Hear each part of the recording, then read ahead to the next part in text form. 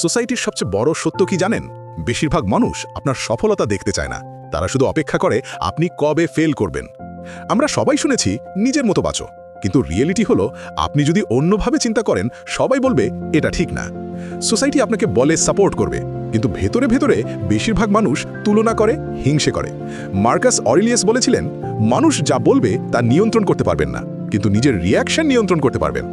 আরেকটা কঠিন সত্য হলো, এই দুনিয়া দুর্বল মানুষকে সিরিয়াসলি নেয় না। আপনি যদি শক্তিশালী হন, সবাই ফলো করবে। রবীন্দ্রনাথও বলেছিলেন, শক্তির উপাসনা ছাড়া মুক্তি নেই। তাহলে সলিউশন কি? সবার কথা শোনার দরকার নেই, নিজের লক্ষ্যকে ফোকাস করুন।